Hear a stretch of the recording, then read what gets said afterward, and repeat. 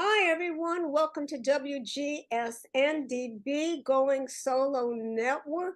This is a Senior Citizens Forum, and I'm Janice Wood, your host. And a Senior Citizens Forum is being sponsored by Benefits for You Too Insurance Services, where we like to do health insurance.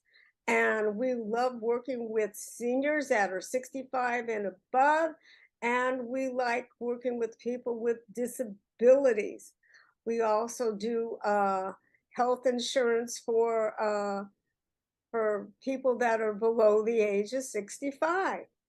So, but today we're not going to be talking about any form of health insurance. We're going to be talking about getting ready for retirement and what you do, what different things that people do in retirement.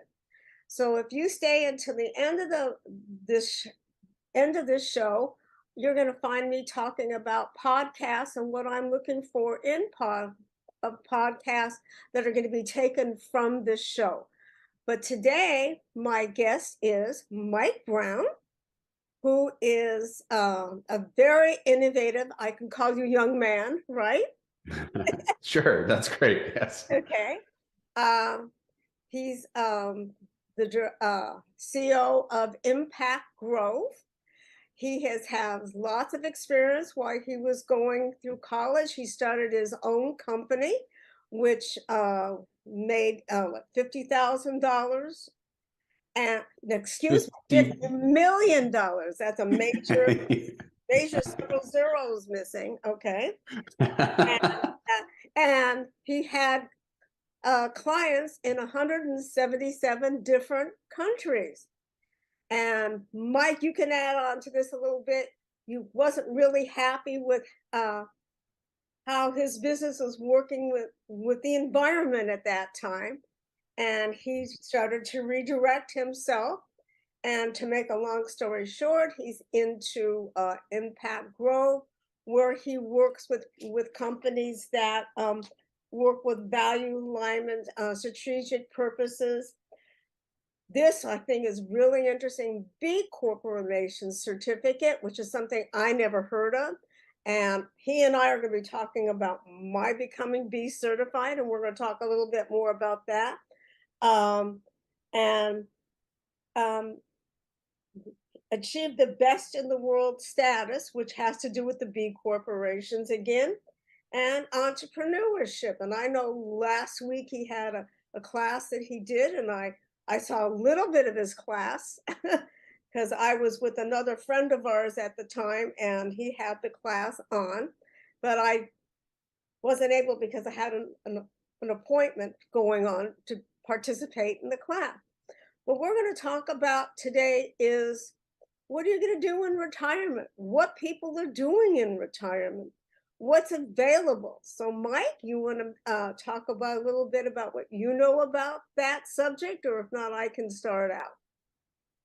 I'd be happy to, Janice, and thank Okay. you for that introduction. It's great to be here on your show and with your audience and your viewers. It's great for me to think about this topic because for me, everything that I do today is about impact on the future, and that impact on the future also pays for what is happening now. I work with businesses to help them leverage their competitive advantages in their commitments to people on the planet. In a nutshell, when I went to business school, like all people that went to business school, or most people that went to business school, we were taught that business is all about money. And the buck stops with making as much profit as you can. And sadly, in the business world, that's come at the cost of many great things in our planet and in our environment. And also, we were taught to pay people as little as the market would allow, and basically get as much as we could as business leaders from people on the planet to make as much profit as we could. What I do today is help businesses that have adopted the triple bottom line of people, planet, and profit to increase their profits because more people care about buying from conscious companies. They care about buying from companies that are good for the environment and good for the people that work for them and all throughout their supply chain. So everything for me is truly about a positive impact, building up to a positive legacy. So as we think about retirement, I'm thinking long into the future so that when I do retire, I've built a body of work that has purpose and impact and legacy built into it. But it's never, ever, ever too late to start thinking about purpose, impact, and legacy. And I think I've got 5 things to share in this model today, Janice. I think we can go through one of them at a time. And I'll kick us off into the first one, which is number 1, the most important thing is to focus on relationships. Everything is about relationships. There's long studies. It's like 100-year+ study now on what happens to people, especially in their later stages of life, what matters the most. And it's high quality interpersonal relationships with people that you share values, beliefs, and passions with.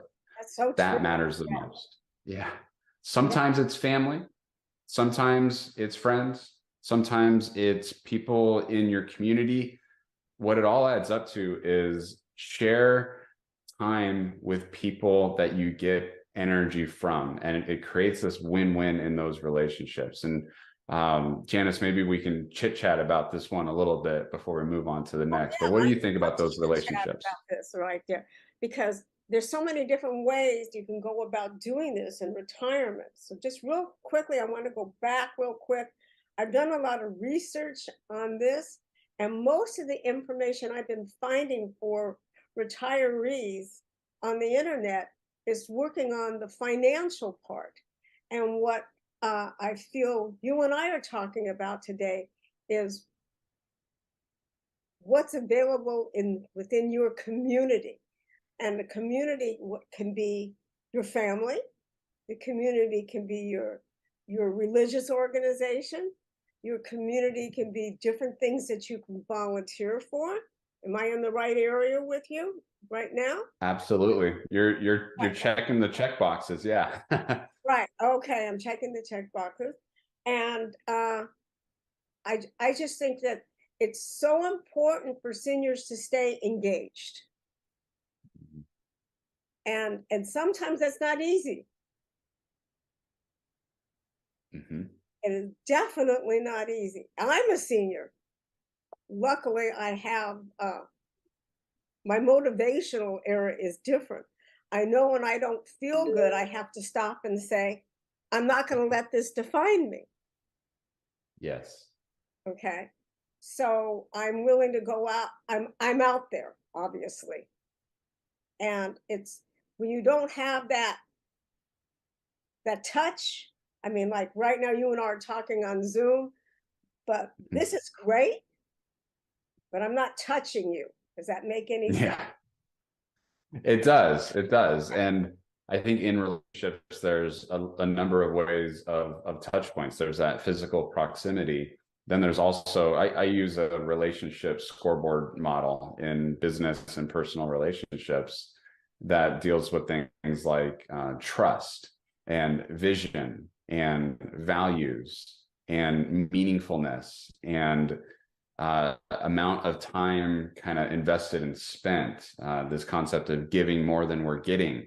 There's a number of ways to look at relationships, and because sometimes it's like a strength overused can become a weakness, right? So when we overuse a strength of like just spending lots of time with somebody, sometimes we can start to almost resent how much time we spend with any one person if it's not aligned on values and meaning and impact. And I think it's really important to kind of score that up, and in super high trusting relationships, invite the other person to score the relationship too, and then have an open dialogue around how we doing in this relationship. And that's a model I'm very comfortable with because I've worked on that for some time.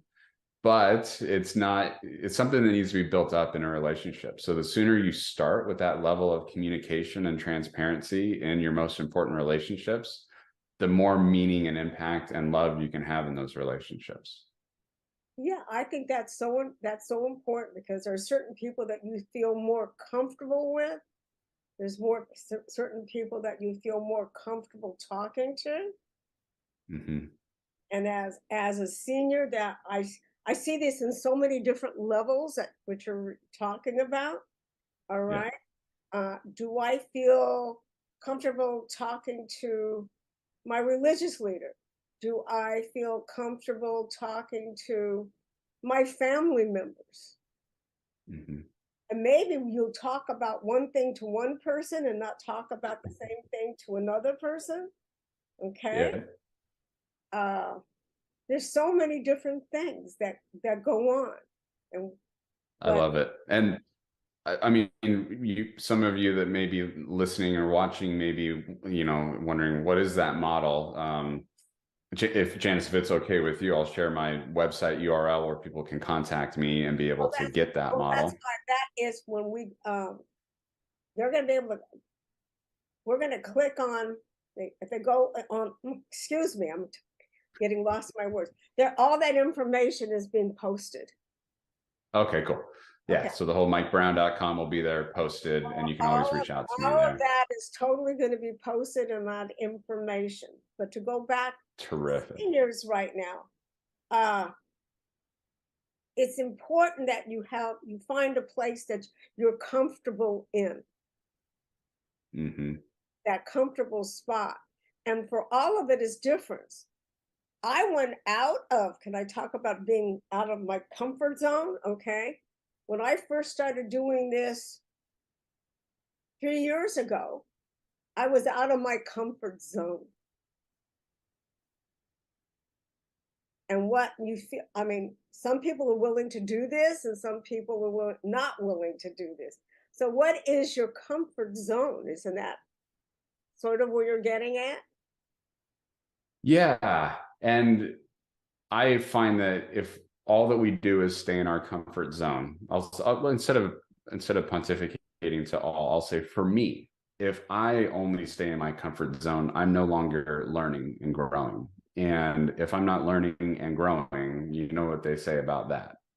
Mhm. And they say that that's the beginning of dying. And I know that can be a morbid subject, but I'm a big believer in that. And I'm committed for the rest of my life to be a lifelong learner. And this is a great segue into point number two, which is become a mentor. For seniors, there's so much wisdom and knowledge to be able to pass to the next and to give generously. And for millennials, I'm an old millennial. Millennials started in 1982 and I was born in 1985. And Generation Z, we crave knowledge as much as we're sometimes written off as thinking we know it all. We really don't. And the majority of people I know in those two generations are seeking to learn, and they're curious about the past and they want to learn from history. They want to learn from people that have been there and done that. And as a senior, it also would take the senior out of the senior's comfort zone and have an opportunity to create mutual learning. If you've ever been a mentor, you realize that as you mentor somebody, you're learning in the process with your mentee, with the person you're mentoring. And I can tell you, there's almost, besides purposeful relationships, mentoring and mentee is one of those purposeful relationships, but it's one that I don't see enough of. I don't see that intergenerational knowledge transfer. I I think I can talk about myself, and I do a lot of that. Okay, talking about myself so people can relate. Uh, I worked for a big government for 36 years and was retired. And I thought, okay, I'm going to do one thing, and it ended up not being what I wanted it to do. And then I got into doing insurance, but I took a lot of my skills that I learned, and I'm be able to transfer them in. And I feel like I'm doing some of that form of that, but for seniors, Yeah. not for the age group that you're talking about. But I can see if, let's say, if I was a lawyer and I retired and I went to different organizations, okay, that did that form of mentoring, I could take that information or going to a university and using that information that I have, Yes, help them. that's a terrific example of taking what you know and adding value into the world. And I think in retirement, I'm just projecting myself, into my future. I never want to lose the feeling of significance and meaningfulness in society. Oh, And I think that is lifeblood, and that is energy, and that is purpose. And I think that having a mentee or two or three, whatever, time and situations and energy permit, it's like the more the better in that area, I would say. I And it's so important for our culture. It's so important for our American culture that, in my opinion, has lost its ability to have our seniors mentoring our young adults and our children.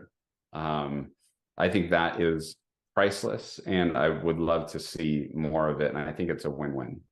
I think it's a win-win. I can see this as in two different ways of doing it, depending upon, what you want to do.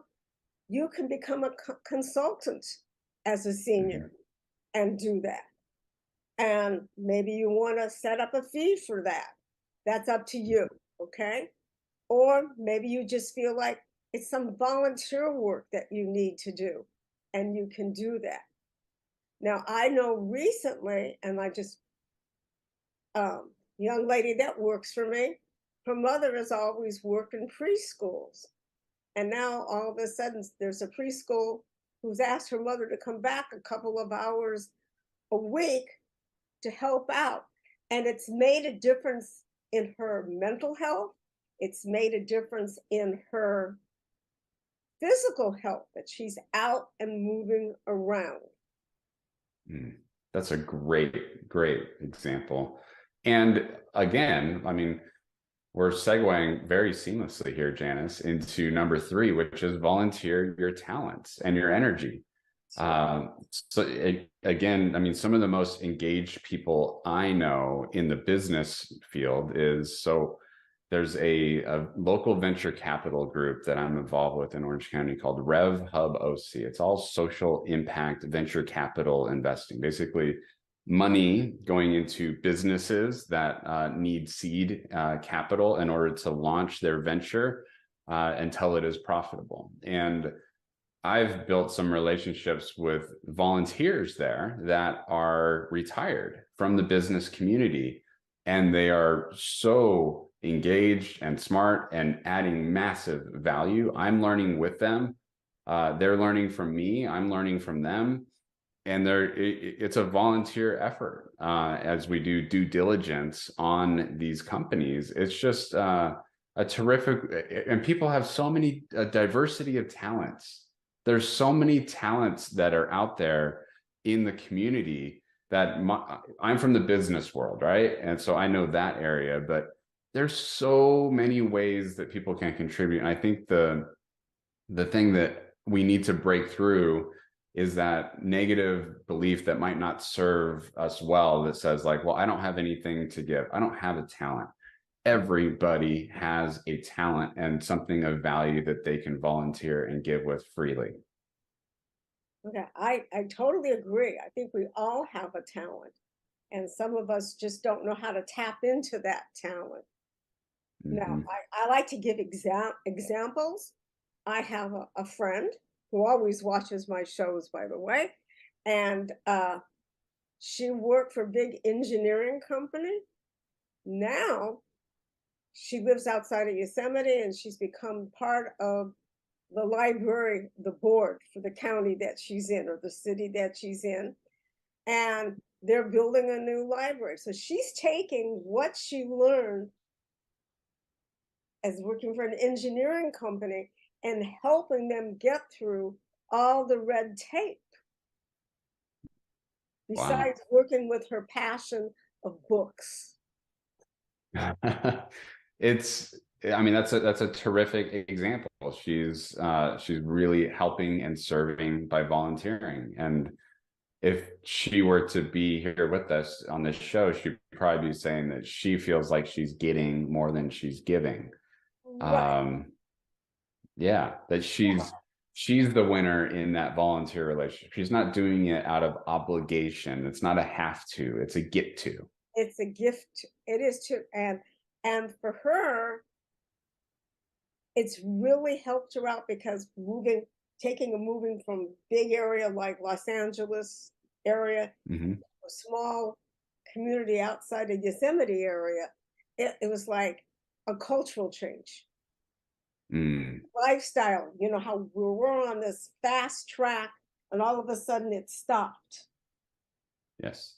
So for her being part of this, it has helped her a lot, but she's still giving back to the community. She's giving what she knows, her expertise is in, and it makes a Mhm. difference. There's so many things that you can do with your time. Yes. And I mean, one of the things I love to do with my time is to give back to the earth, give back to the environment. And for my birthday in March this year, I wanted to go up to Kings Canyon, Sequoia National Park. The big trees are spiritual. They inspire me. They reinvigorate me. Unfortunately, all that was canceled because of the massive rains and atmospheric rivers and snowpack that damaged roads up there. So I had to pivot this year. What do I want to do for my birthday?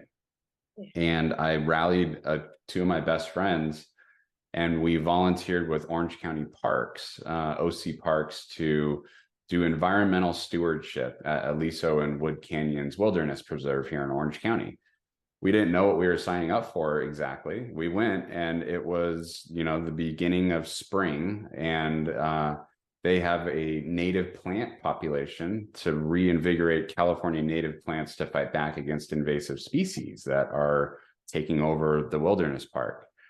And they said, all right, in fall we plant, in spring we weed.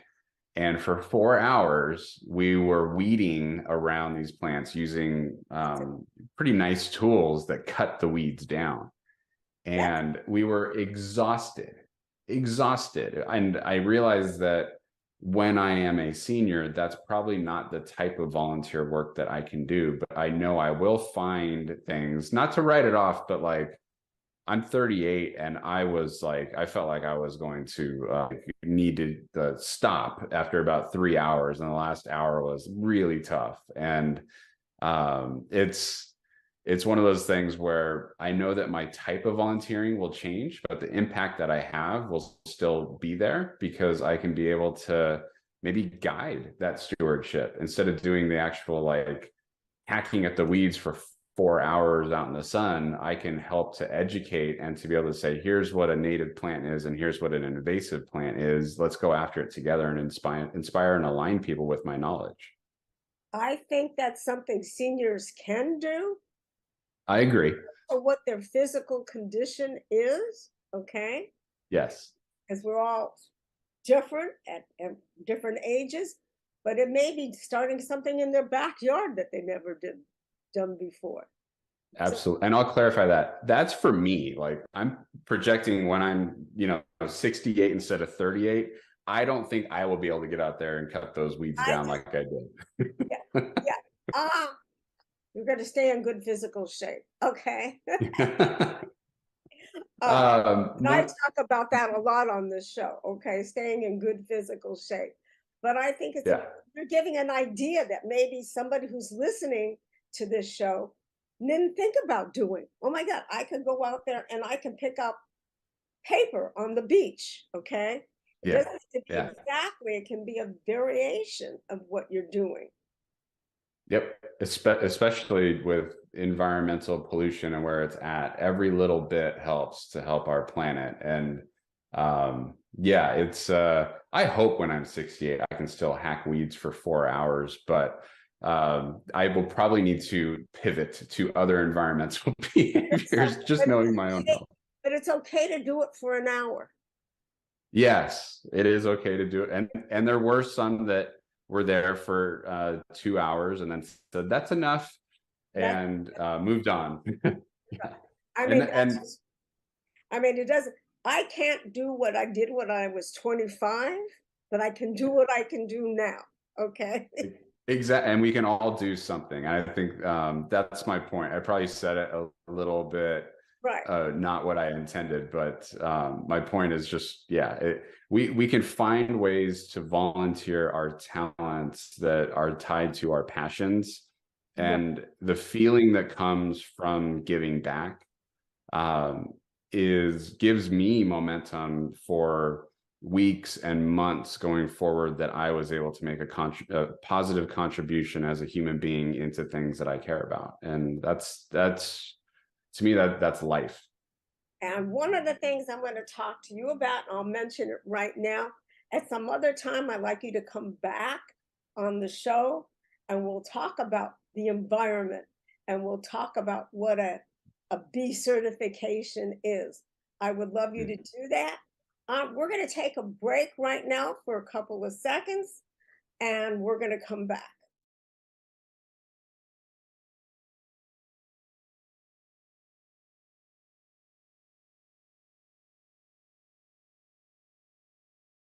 Welcome. We're back again with Mike Brown from Impact Grow.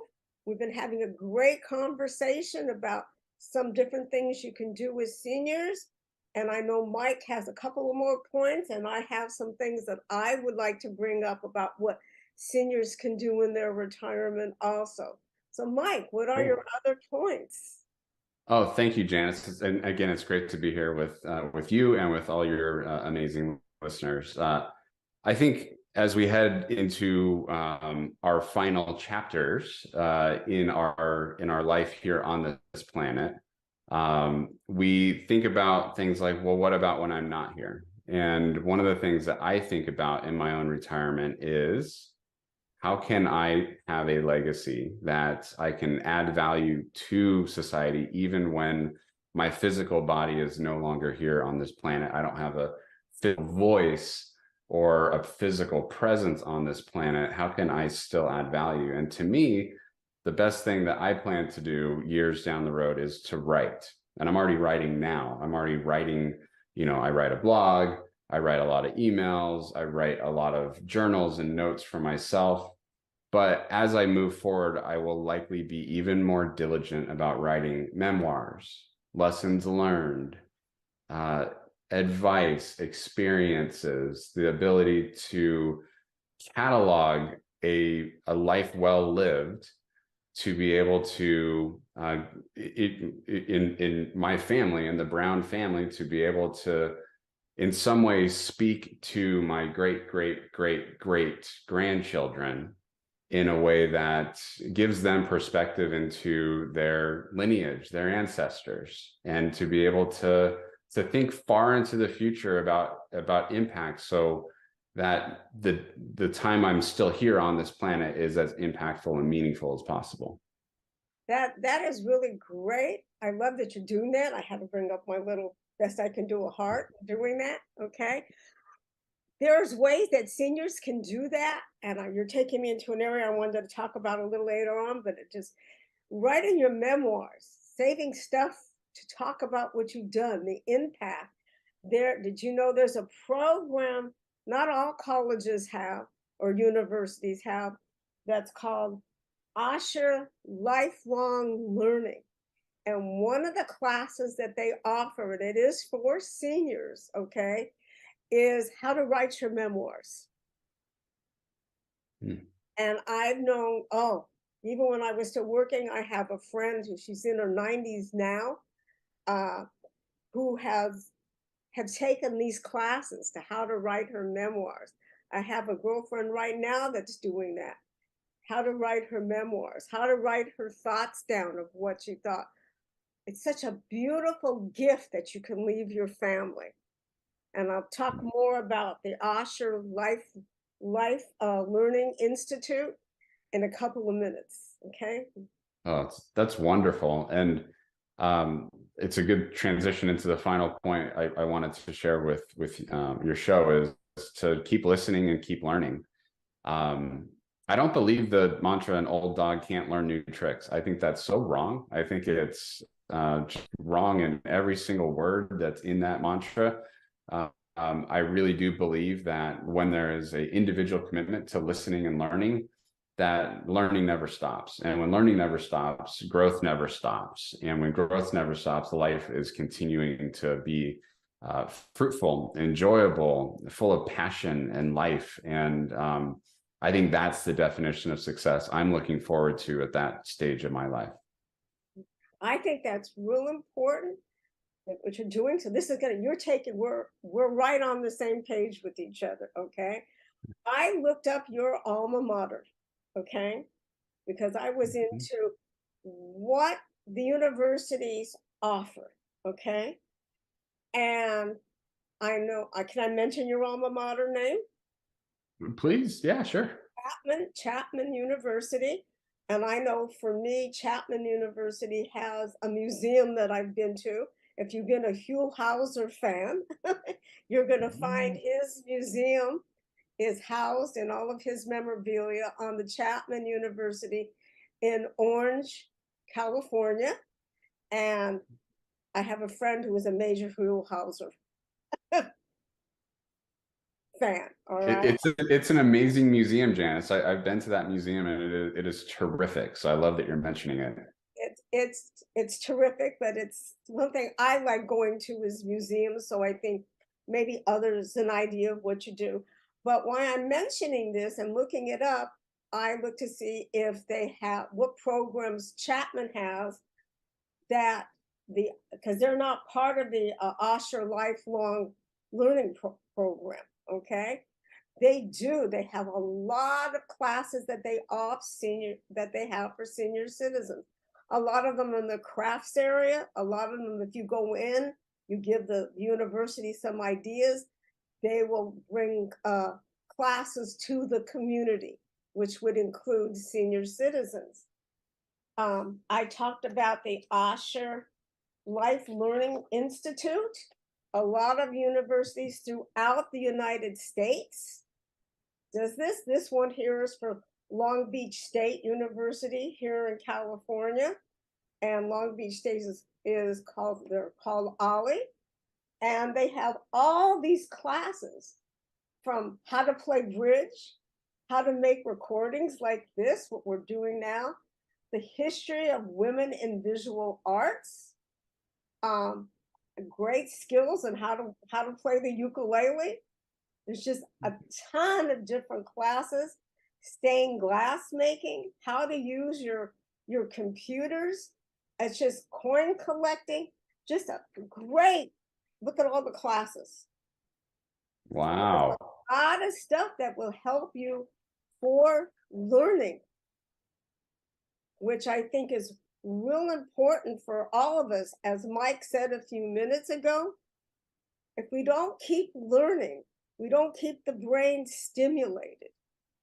And one of the things I know in the senior products, some of the senior products, depending upon who their carrier is and what they have to offer, will offer a lot of different things to help keep the brain active.